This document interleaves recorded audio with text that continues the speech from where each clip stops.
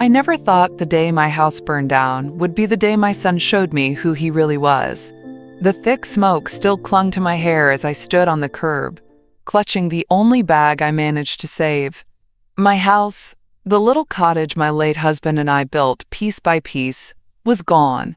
Charred beams jutted into the gray sky like broken ribs. The fire chief had offered his condolences. The neighbors whispered. But none of that compared to the cold slap I was about to feel. Eric's white SUV pulled up, gleaming like nothing had touched his perfect suburban world. He stepped out, crisp and composed, not a trace of worry in his eyes. "Mom," he said, his tone light, almost rehearsed. "Sorry it took me a while to get here. Busy morning." I didn't respond. I just stood there, waiting for my son to say what any son should say. But instead, he glanced at my overnight bag and shook his head slightly, as though inconvenienced. "Listen, we don't have space for an extra mouse at our place right now. You understand, right? Kids are already packed in. Veronica's working from home. And honestly, the timing is just bad. An extra mouse. That's what I was now. Not his mother. Not the woman who had wiped his fevered brow, scraped together tuition, stood by him through every failed relationship, every lost job, every selfish choice he made. No, I was an extra mouse." He didn't wait for my reply. He simply offered a tight smile and, as casually as closing the lid on the garbage bin, "Don't worry," Eric added, slipping back into his usual patronizing tone. "The insurance will take care of you." Insurance. The word echoed in my head, and that's when I first felt it. A tiny shift, like something sliding into place. He kept mentioning the insurance, like he already knew what would happen, like he had plans for money that hadn't even been processed yet. I stared at him long and hard, forcing myself not to flinch, not to let the tears win. This wasn't just selfishness. This was something else. Something colder. My son had always known how to wrap his greed in fake concern. He was doing it again. I nodded once, quietly. "Of course," I said flatly. "I'll figure it out." He flashed a quick, tight smile, clearly relieved that I wouldn't cause a scene. Then he got into his car and drove away without another word, the tires crunching over the wet gravel. I stood there for a long time, feeling the night air seep into my bones. Homeless. Alone. But not defeated. Not yet. I was done begging for scraps of affection from a son who only saw me as a burden. And as the sky lightened into morning, a single thought crystallized in my mind. This wasn't an accident. The worst part was how easily it could have been prevented. I had lived quietly in that little cottage for nearly 30 years. Frank and I had bought it together before Eric was even born. It wasn't much. 2 bedrooms, a tiny kitchen, creaky floors, but it was ours. Every scratch on the wooden banister, every faded photograph on the mantel held a piece of our story. After Frank died, that house became my anchor, my sanctuary. The world outside could spin and change as it liked. Inside those walls, I was safe. Alone, yes, but safe. Eric, of course, had always worried. Or that's how he presented it. "It's dangerous for someone your age to live alone in a house like that, Mom," he'd say during his brief visits. "What if you fall? What if there's a fire? You should think about downsizing. Move into a nice senior living community. They have everything you'd need." Every time, I smiled politely and told him I was fine. And every time, he pushed just a little harder. It wasn't concern. Not really. I saw it in his eyes even then. It was about control, about convenience, about money. He'd mentioned how hot the real estate market was, how smart it would be to cash out while prices were high. He made it sound like he was trying to help me, but I knew better. Eric had always seen my house as something waiting to be claimed. I could see it as clearly as the day I gave him my power of attorney after my hip surgery 2 years ago. Just for practical purposes, we said. Just a month, he was there again. Standing in my living room, running his hand along the old fireplace mantel.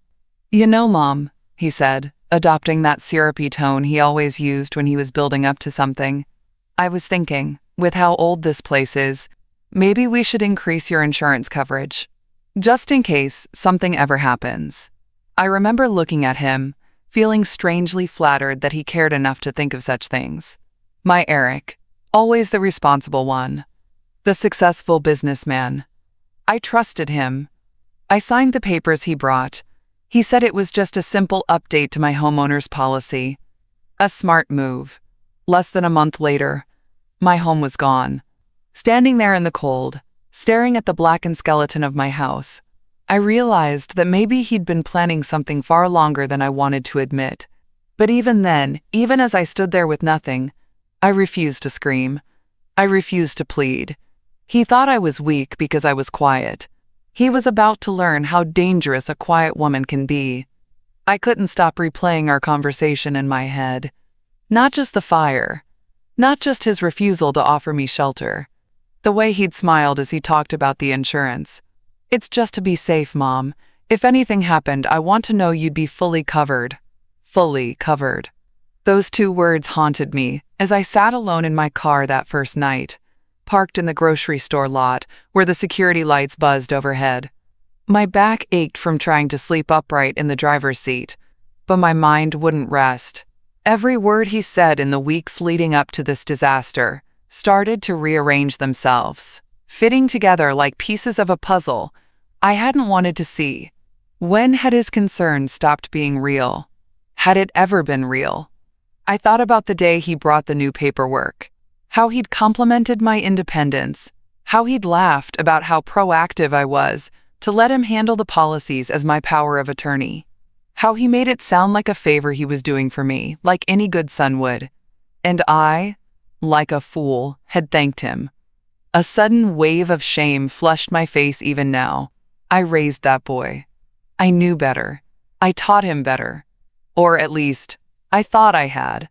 But Eric was always good at making people believe things.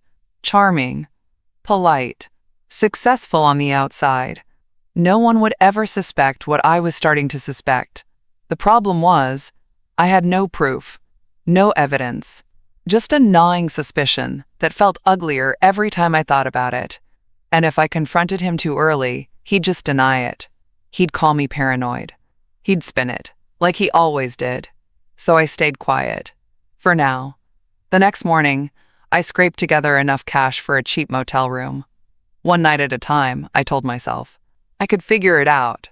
But even as I showered and pulled on the one clean outfit I'd managed to save from the fire, a part of me was already calculating, reviewing conversations, mentally listing names, tracking what steps he'd taken, and which ones I could still take, because something wasn't right. And Eric? He was too calm. Too confident, like he knew exactly how this would play out. Except he forgot one thing. I wasn't some helpless old woman with no options. I still had friends. I still had resources. And I still had one advantage he hadn't counted on. I had nothing left to lose. The insurance office smelled like fresh carpet and cheap coffee. I sat across from the young agent, a polite man in a crisp suit who kept glancing at my file, then at his computer, then back at me. His fingers tapped lightly on the desk, as if trying to decide how much to say. I stayed perfectly still, calm, patient. That's how you get people to talk. Well, Mrs. Dalton, he said finally, as I mentioned, we'll be processing your claim as quickly as possible. With the recent policy adjustments, you're actually very well covered. I tilted my head slightly, keeping my voice even. Yes, about those adjustments. My son mentioned that some updates were made recently. I don't recall signing off on any major changes. The agent offered a tight smile. Professional but forced. Your son, Eric Dalton? Yes, as your designated power of attorney. He authorized several updates to your policy about 3 weeks ago. 3 weeks. Just days before the fire. May I ask what kind of updates? I asked, folding my hands gently in my lap. He hesitated, shifting in his chair. The dwelling coverage was significantly increased. The previous value on your home was based on market estimates from a few years ago, but Mr. Dalton had it reappraised and requested full coverage up to current replacement cost, with additional riders for contents, displacement, and total loss. I nodded slowly, keeping my face neutral while my stomach twisted. "Can I see the paperwork?" I asked, my voice steady. He pulled up the electronic file on his screen, turning it slightly toward me. I recognized my own signature on the authorization form. Neat, tidy, identical to the dozens of forms I'd signed for Eric over the years.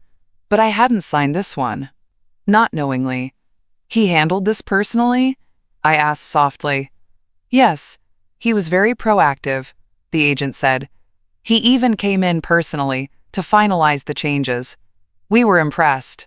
It's rare for family members to be so involved." I forced a faint smile. "Yes, involved." The agent took it as gratitude. I let him, but inside, the threads were pulling tight.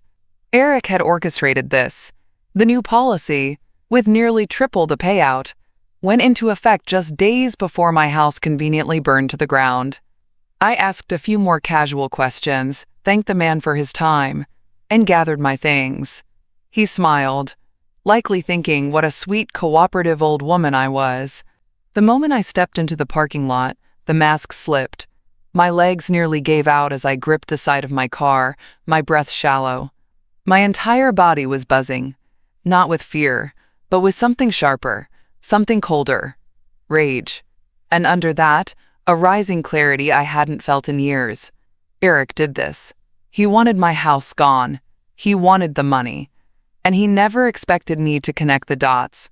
He thought I'd be too broken, too dependent, too grateful for whatever scraps he offered. He underestimated me. I straightened my back, letting the cool wind hit my face. My tears had dried days ago. Now there was only steel left. If my son wanted a game, he was about to learn who taught him how to play. Doris didn't ask questions when I showed up at her door that night, with my small bag and tired eyes. She just opened the door wide and pulled me into a tight hug. "You'll stay here as long as you need, Martha," she said firmly, as if daring me to argue. "That boy of yours, well, we'll talk about that later." I exhaled into her shoulder. For the first time in days, I let myself feel a little warmth. The first night after the fire, I slept in my car. Well, tried to sleep.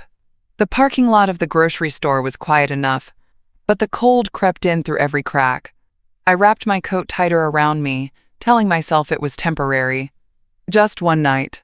I didn't want to burden anyone. I didn't want to make any calls. But by the second night, reality started to press in heavier. My back ached from the cramped seat. My clothes smelled faintly of smoke. I sat there in the dark, gripping the steering wheel, too proud to cry, too exhausted to think straight. That's when I saw Doris's name glowing on my phone screen. She had called 3 times already that day. I hadn't answered. Not because I didn't want to hear her voice, but because I didn't know how to explain how far I'd fallen in just 48 hours. This time, I answered. "Martha," she said softly, without waiting for me to speak. "Where are you?" I swallowed hard. My voice came out small. "I'm fine." "You're not fine. Are you in that damn car?" I closed my eyes. "Doris, I don't want to." "Enough," she cut in, her voice turning firm. "I'm coming to get you. Right now." And she did. Less than 20 minutes later, her headlights appeared in the lot. She stepped out of the car, arms open, no judgment in her eyes, only fierce loyalty. "You'll stay here as long as you need, Martha," she said, pulling me into her arms. "That boy of yours, we'll talk about that later." The next morning, as we sat at her small kitchen table with sun filtering through the lace curtains, she finally spoke what was hanging heavy between us. "Martha," she said gently, her hands wrapped around her mug, "I don't want to make this harder for you, but I need to ask. Do you think Eric had anything to do with the fire?" I didn't answer right away. I just stirred my tea and stared at the swirling cream. The words tasted bitter in my mouth. "I'm starting to think yes," I whispered. "I think he's been planning something for months." Doris nodded slowly, as if she had already suspected as much. "Well," she said carefully, "there's something else you should probably know. I didn't want to bring it up, but you should hear it." My eyes lifted to hers, already bracing. "Last week, I ran into Linda." You remember Linda from the community center? She mentioned that Eric's been seen at that new high-stakes poker club downtown. And not just once or twice. My stomach turned. Gambling? I asked, barely recognizing my own voice. Big gambling, Martha. He's been borrowing too. From some very unpleasant people. I felt my whole chest tighten. Of course. The debts. The desperate charm. The sudden interest in my insurance policy. It all snapped into place with brutal precision. Doris reached across the table and squeezed my hand. Listen to me. Don't you go confronting him. Not yet. If he's in deep, you have no idea how far this might go. You need to be smart. I swallowed hard, blinking back the sting behind my eyes. I won't be reckless, Doris. No, she said softly, her eyes sharp. You'll be careful. And you'll be thorough. She was right. I couldn't fight Eric with anger. He would expect that. He'd twist it, call me confused, old, unstable. No, if I was going to take him down, I would need proof. Real proof. As I sat there, staring out her window into the quiet street, I felt something shift inside me. I had spent years trusting him, years believing his smile. Now I would trust no one, except myself. That night, lying in Doris's guest room, I stared at the ceiling in the dim glow of the street lamp outside the window. For years, I had convinced myself that Eric was just busy, that his sharp tone or dismissiveness came from stress. I had made excuses for him, because I was his mother, because that's what mothers do. We believe the best, even when the truth is scraping against our ribs. But now I couldn't lie to myself anymore. He didn't see me as a person, not as his mother, not as a woman who had poured her whole life into raising him after Frank died. To him, I was a piece on the board, a pawn he could maneuver, someone whose house, whose money, whose existence could serve his needs. I turned on my side and pulled the old notebook from Doris's nightstand drawer. The pages were blank. I stared at them for a moment, then opened to the first page and drew a slow, careful line across the top. Timeline. If I was going to do this, I had to do it right. Feelings wouldn't win this fight. Facts would. I began jotting down dates. 2 months ago, Eric first brought up updating my insurance. 3 weeks ago, Eric presented the policy documents. 2 weeks ago, coverage increase finalized. 6 days ago, the fire. I paused, chewing the pen cap. Then I added a second column.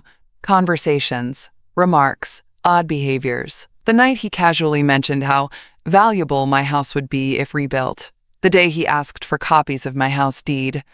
Just for safekeeping, he'd said. I flipped to the next page. Phone calls. Eric's exact words after the fire kept replaying in my head. We don't have space for an extra mouse.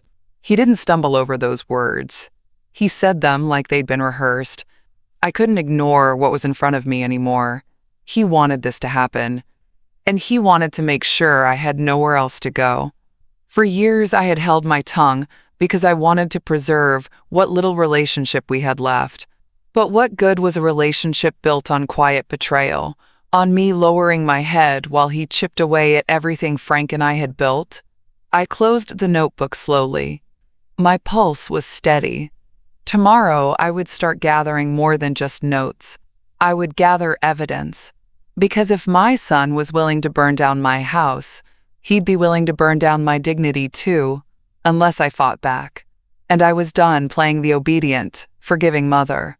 The next morning, I drove across town to the public library. Not many people knew it, but our little branch had one of the best legal reference sections in the county. Frank and I used to come here when Eric was a boy. Back then, I brought him here to teach him how to do his school research. Now I was here to research how to take my son down. I settled into a quiet corner near the back stacks. I didn't want to be noticed. Not yet. For hours, I combed through articles on suspicious insurance activity, arson investigations, and elder financial abuse. I read court cases about forged documents and abuse of power of attorney. Slowly, my notes filled several pages of my notebook. There was one word that kept jumping off the pages. Motive. And Eric had it. Gambling debts, real estate obsession, desperation disguised as charm. But if I wanted anyone to believe me, especially the police or the insurance company, I needed more than a motive. I needed concrete evidence, surveillance footage, financial records, witness statements. And for that, I needed help. It took me 2 full days to gather enough courage to make the call. I waited until Doris left for her afternoon book club. I didn't want to drag her into this any deeper than she already was. I found the number scribbled on an old business card Frank had tucked inside one of his books years ago. Back then, we had joked about how we'd never need a private investigator. Now, I wasn't laughing. The phone rang twice before a calm, measured voice answered. Langston Investigations. Mr. Langston? My name is Martha Dalton. I need someone discreet.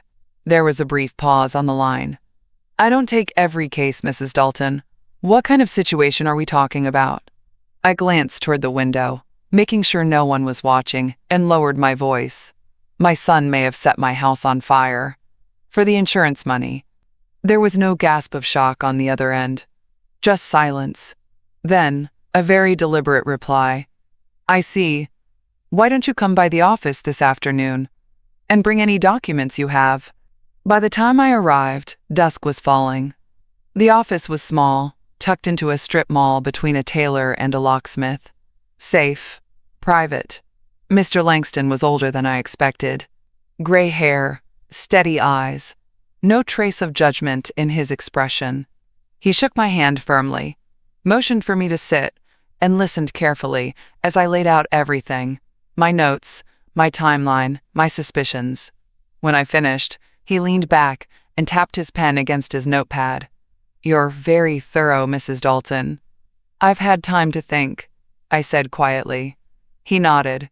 That's good, because if your son did what you suspect, he made mistakes. They always do.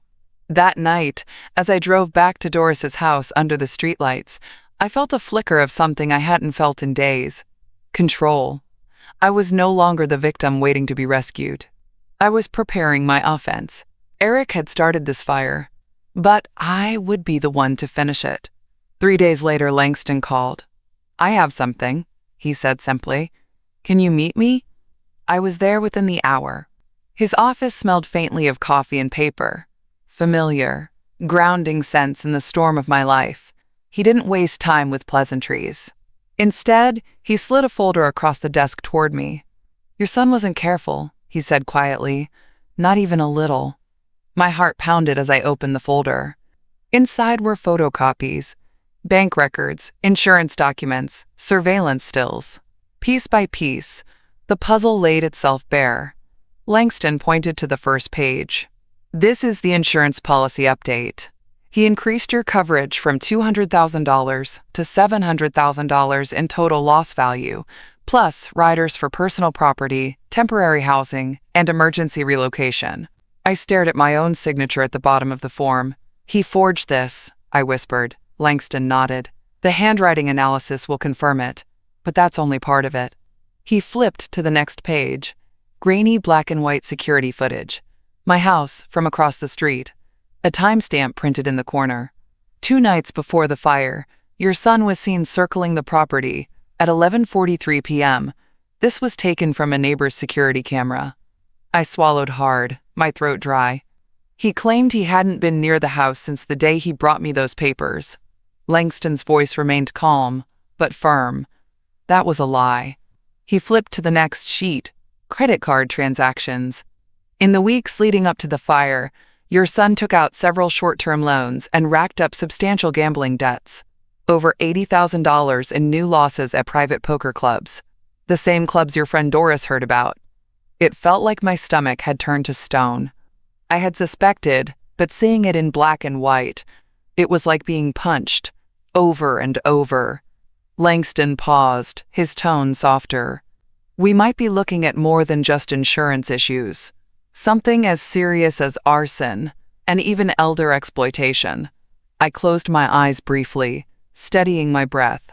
I could not afford to break down. Not here. Not now. This will be enough? I asked. He nodded. It's more than enough to open an investigation. But if you want to pursue full charges, we'll need to be careful. Once we turn this over, it won't be quiet anymore. I opened my eyes and looked straight at him. He made me homeless, I said, my voice sharp but calm. He used my trust, my name, my life. Langston nodded once. Then let's finish it. I left his office that evening feeling oddly steady. The grief had hollowed itself out. What was left was something much colder. Clarity. 2 days later, Eric called. His voice, smooth and confident, floated through the phone as though nothing had happened. "Hey, Mom," he said, all casual charm. "Just checking in. I hope you're settling in okay. I know it's been rough since, well, everything." I pressed the phone tighter against my ear, forcing my tone light. "Oh, Eric, that's very kind of you. I'm managing." He chuckled, playing the concerned son. Good, I knew you would. You're tough. And hey, the insurance payout should be processed soon, so things will get easier. I've been in touch with the adjuster personally, making sure everything's moving forward." "Of course you have," I thought. "You want every dime." "That's very thoughtful, dear," I said sweetly. "I'm so lucky to have you looking out for me." The words tasted like acid, but I kept my voice warm, letting him think I was still blind. Still trusting. The same old mother who never questioned him. He cleared his throat, lowering his voice, slipping into that familiar tone he used when he was trying to sound responsible. "Actually, Mom, I've been thinking. Once the check comes through, maybe we can talk about investing it. You know, turning a bad situation into a long-term opportunity." I smiled, even though he couldn't see it. "Oh?" I asked lightly. "What kind of opportunity?" "Well, there's a condo development downtown, pre-construction phase. I've got some connections with the developer. If we get in early, the returns could be huge. I'd handle everything, of course. You wouldn't have to worry about a thing." There it was. The plan. The real plan. He didn't want me stable. He wanted control. Control over my money. Over my future. And he thought he still had me wrapped around his finger. "That sounds very exciting, Eric," I cooed. "I always knew you had a sharp mind for business." He laughed, relieved. "Exactly. I mean, let's face it, you don't really need a house anymore. You can stay with Doris a while longer, and once the investment pays off, we can make sure you're comfortable for years to come." I let out a soft sigh. "You always know best, sweetheart." He ate it up. He was so sure of himself, so certain I hadn't caught on. But as we spoke, I watched Langston's file sitting open on Doris's kitchen table. I ran my fingertips slowly across the photos, the forged signatures, the security footage. This wasn't just my fight anymore. The detectives had already started their investigation, quietly gathering more. The pieces were moving. Eric just didn't know it yet. I would play my part perfectly until the trap was set. Because if there was one thing my son had underestimated more than my patience, it was my ability to learn from him. He had played me for years. Now it was my turn to play him. The days passed quietly, but beneath that calm, things were moving. Langston kept me updated with short, measured calls. The kind of man who only spoke when there was something worth saying. "Anonymous tip submitted to the Financial Crimes Unit this morning," he told me one evening. "We attached your documentation, but kept your name out of it for now. The detectives are interested." I thanked him, my voice steady. Inside, I felt something stronger than relief. Momentum. Eric, meanwhile, remained blissfully unaware. His calls came regularly now, full of charm and veiled manipulation. He updated me on how complicated the insurance paperwork was, how lucky I was that he was handling it, how exhausting it all was for him. "Honestly, Mom, this whole thing's been a nightmare," he sighed on our latest call. "But you don't need to worry about any of it. I've got it covered. Just let me finalize everything with the adjusters, and once that check clears, we'll move forward with the investment plan." I bit back the bile rising in my throat and smiled into the receiver. "I don't know what I'd do without you, Eric," he chuckled. That's what family's for. I almost laughed at the absurdity of it. Family. Family was supposed to be who you leaned on when your house burned down, not the person who lit the match.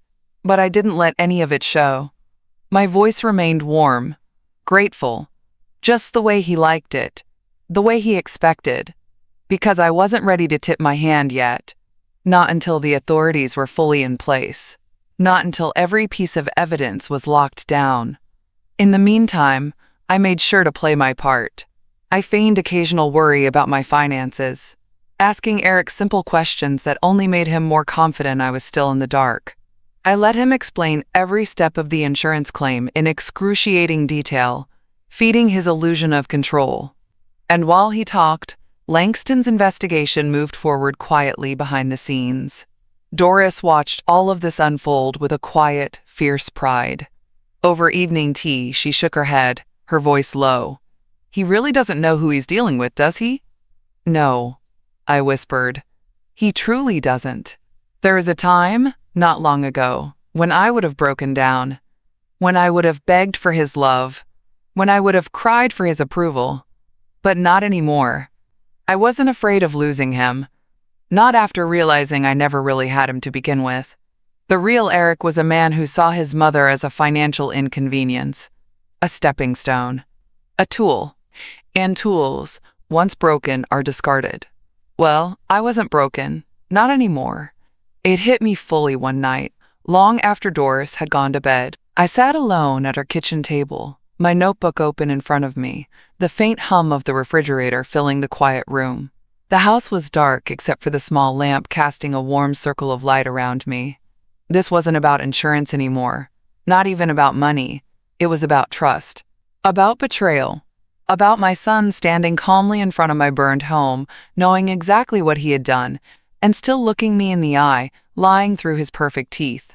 He hadn't hesitated, not for 1 second. That was what gnawed at me most.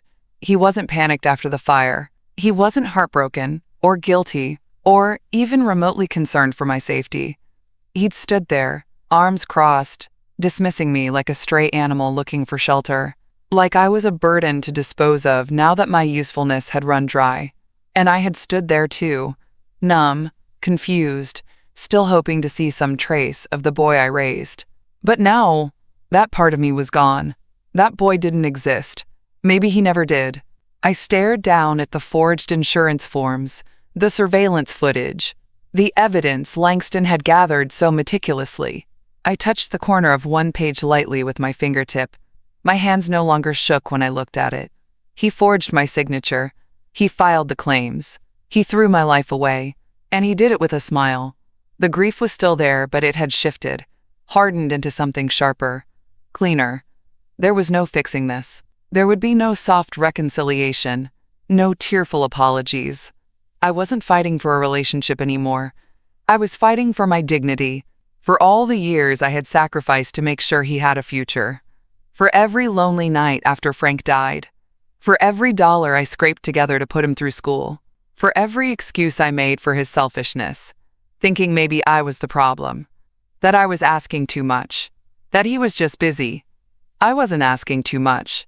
I was asking for decency, for respect, for the bare minimum a child owes the woman who raised him. Eric's clock was ticking, and for the first time in weeks, I felt peace settle over me.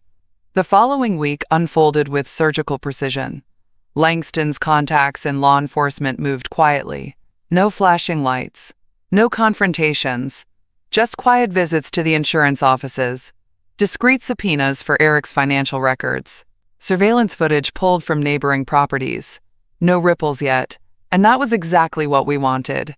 Meanwhile, I focused on my own preparations. I met with my bank manager first, sitting across from him in my calm, practiced voice.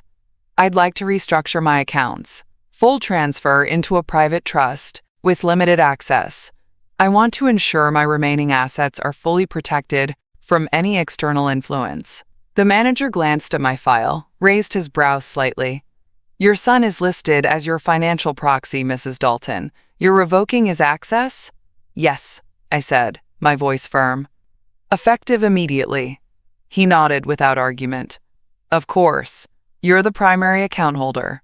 By the time I left that office, Eric's access to everything, my savings, retirement accounts, emergency funds, had been severed. He wouldn't realize it until he tried. That would come later. Next came the power of attorney. Doris drove me to the attorney's office downtown. The same office where Frank and I had signed our estate plan all those years ago, trusting that Eric would take care of me if anything ever happened. That naive trust had nearly cost me everything. The lawyer listened as I explained what I needed. His face never betrayed judgment, only quiet focus. Revocation of all prior power of attorney designations, he said, flipping through the old documents. Immediate. No successor proxy assigned? No one, I replied. From here forward, I handle my own affairs. He slid the papers across the table. I signed them with steady hands. For the first time in years, my legal and financial life belonged to me again. On paper, Eric was still playing his game, moving confidently toward the insurance payout, thinking he was pulling all the strings. But beneath the surface, the walls were closing in. The detectives had already scheduled a quiet interview with one of Eric's loan officers, another with the insurance adjuster who had processed the forged policy changes. The noose was tightening, and he didn't even smell the smoke yet. That was the part that almost felt cruel, how completely unaware he still was. But I knew better than to feel pity. He wanted this to be clean, simple. He thought burning my house down would be a shortcut to easy money. He counted on me folding under the pressure, grateful for whatever scraps he handed me while he pocketed the rest. Instead, he had awakened something in me he never truly understood. I wasn't just his mother anymore. I was his reckoning. As Doris drove us home that afternoon, she glanced over, her voice low. "You're ready for this, aren't you?" I smiled softly, my voice calm. "I've never been readier. Because this wasn't survival anymore. This was war. The arrest happened on a Thursday morning. I didn't see it happen firsthand.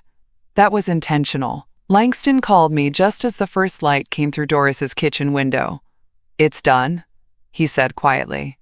I closed my eyes for a moment, breathing steadily. How did he handle it? He didn't see it coming. The detectives met him at his office. They escorted him out in front of his staff. He didn't resist. Surprised, still carrying that arrogance, but surprised. Of course he was. Eric had grown too confident in his game, too sure of his control. He truly believed I was still safely tucked away. Silent, dependent, naive. He never realized that while he was circling, I was quietly preparing moves of my own. Langston's voice softened. They have him facing multiple charges: financial misconduct, forged documents, mistreatment of an elderly person. And now, with the surveillance footage placing him near the property before the fire, investigators from the fire unit have gotten involved. Good, I whispered. Let them dig as deep as they like. From the moment he forged my name, Eric had set this course. He had invited the law into our lives. I was simply letting them finish what he started. The detectives had been careful with me from the beginning. Kind, but methodical. They knew I wasn't just a grieving mother. I was a victim, but also the key witness. The woman who had spent weeks collecting everything, piecing together what my son thought I'd never see. The forged signatures, the gambling debts, the financial collapse hiding beneath his polished suits. He wanted to burn my house for a payout. Now he would sit in a courtroom and answer for every match he struck. Doris poured me a fresh cup of tea, watching me quietly as I sat at her kitchen table. She didn't say much. She didn't need to. Instead, she reached across and gently squeezed my hand, her strength steadying mine. "I never wanted this," I whispered after a long silence. "I know," Doris said softly. "But you needed it." I nodded. Yes, I needed it. Not for revenge, not even for justice, for freedom. The kind of freedom that only comes when you finally stop hoping for someone to be better than they are. When you stop clinging to the version of them you carried in your heart and accept the person standing in front of you. Eric was never going to love me the way I had loved him, but he was going to learn that betrayal carries consequences. As I stared out at the morning light, The quiet settled around me like a second skin. Not emptiness, not grief, clarity. For the first time in a long while, I felt whole again, and Eric, my only son, was finally where he belonged. The courtroom smelled of old wood and stale air. I sat quietly, hands folded in my lap, as Eric was led inside, his wrists cuffed. For a brief moment, our eyes met. I held his gaze, steady and calm, but I saw it in him, the flicker of panic behind his forced smirk, the desperation he could no longer hide. He still expected me to crack. His lawyer leaned in, whispering frantically. Eric barely listened. His attention stayed fixed on me, as though I was the weak link he could still manipulate. The hearing moved quickly. Preliminary statements, charges read aloud, insurance claim misconduct, elder financial exploitation, criminal forgery, potential arson, pending further investigation. His lawyer spoke of financial hardship, stress, a son trying to help his mother through difficult circumstances.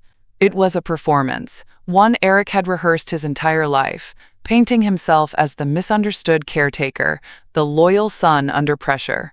Finally, the judge called for my testimony. I rose and approached the stand. Eric's eyes followed me like a hawk. I saw his lips tighten slightly, as if bracing for me to waver, to soften. I didn't. The prosecutor asked the questions, my account of events, the forged documents, the surveillance footage, the financial records. My voice remained calm, my answers precise. Then came the part Eric had likely hoped for, the opportunity for his lawyer to cross-examine me, to intimidate, to spin. Mrs. Dalton, his attorney began with practiced sympathy. Would you say your son has always been supportive of you? I smiled faintly. He visited, occasionally. And he took care of your finances after your hip surgery? Only after convincing me to assign him power of attorney. And you willingly signed those forms, correct? No, I said softly. The signature on the new insurance policy was forged. The attorney pressed on.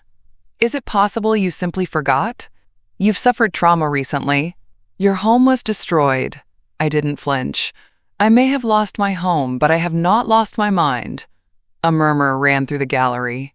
The judge gave a brief warning glance, but said nothing further. The lawyer tried one last angle. Mrs. Dalton, surely you understand that your son was under immense financial strain. The intent was not malicious. I turned my head and looked directly at Eric. My voice was steady, cold, measured. He made a choice. He chose greed over family, over me. Eric's jaw clenched. For the first time, his carefully rehearsed mask cracked. The judge cut in, ending the exchange. That will be all. I stepped down, returning to my seat. Doris reached over, gently placing her hand on mine.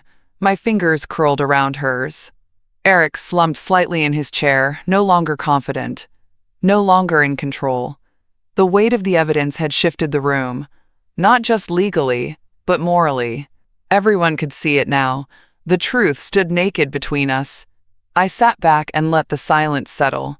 He had gambled everything on my weakness. He never imagined my strength. The judge's gavel hit softly against the bench as the final decision was read. The courtroom held its collective breath.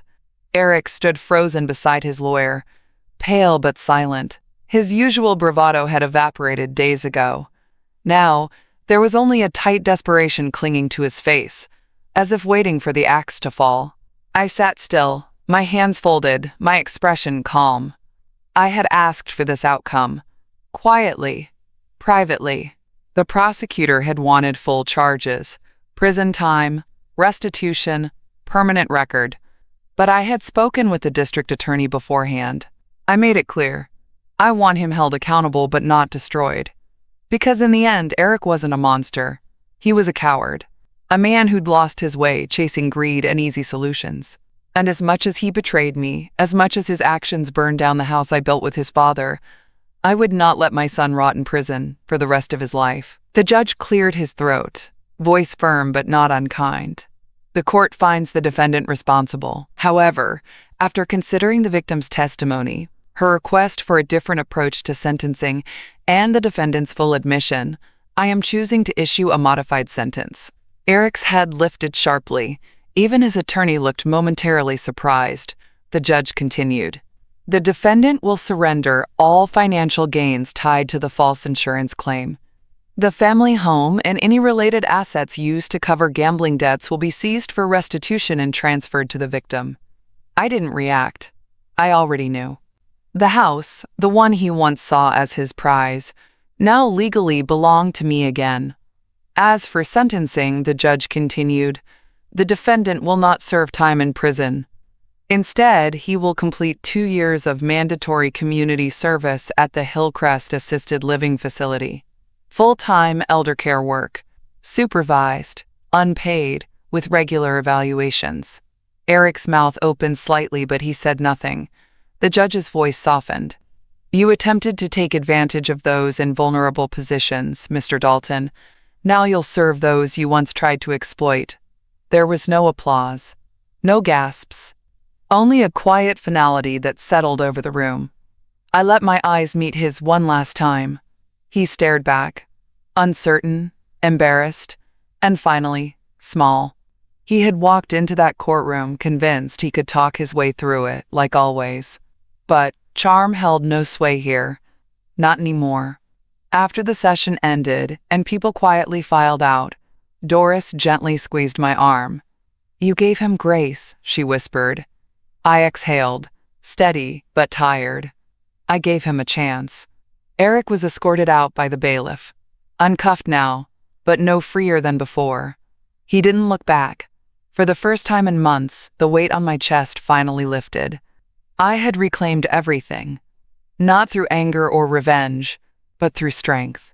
And through that strength, I finally found peace. The days following the sentencing passed quietly, but the effects spread quickly. Eric's condo, the one he had once bragged about so often, was emptied within a week. After his accounts were frozen as part of the investigation, the bank reclaimed what was left. The high-end furniture, the leased car, the designer suits, all gone. Brenda didn't stay. There wasn't even a polite goodbye.